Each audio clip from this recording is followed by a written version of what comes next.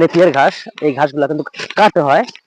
তো এই ঘাস কাটার মধ্যে একটা মজা আছে কি, যে প্রতিদিন নতুন নতুন ঘাস আপনি কাটেন এবং গরুকে খাবার দেন, গরু যখন খায় তখন কিন্তু দেখে একটা অন্যরকম তৃপ্তি আছে। আপনি যখন একটা জিনিস উৎপাদন করলেন, জমিতে যখন হইলো, হওয়ার পরে যখন সেটা আপনি কাটবেন নিজে হাতে, তখন কিন্তু অন্যরকম একটা ভালো কাজ করে। সেটা বললে বোঝানো যাবে না, যারা এগুলো করেন তারা বুঝবেন যে আসলে নিজে উৎপাদন করলে এবং সেটা তুলে নেওয়ার কি মজাটা, আনন্দটা। এই যে ঘাস দেখতে পাচ্ছেন এখানে, এটা সবুজ শ্যামলা ঘাস। এই ঘাসটা কিন্তু গরু অন্যরকম খায় এবং ছাগলও খায়। তো যারা এই ধরনের ঘাসের চারা উৎপাদন করেন বা করবেন, তারা আসলে একটা মজা পাবেন কি, যে এই ঘাসটা কিন্তু অল্প দিনের মধ্যে হয়ে যায়।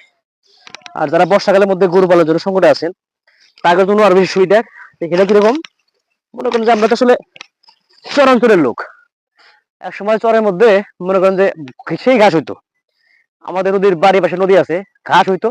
কিন্তু এখনো এই চরের মধ্যে মানুষ কি করে, বিভিন্ন জিনিস আবাদ করে। আপনার লাউ থেকে শুরু করে মিষ্টি কুমড়া থেকে শুরু করে সবকিছু আবাদ করে। কোনো জায়গায় প্রতিদিন ফাঁকা নাই।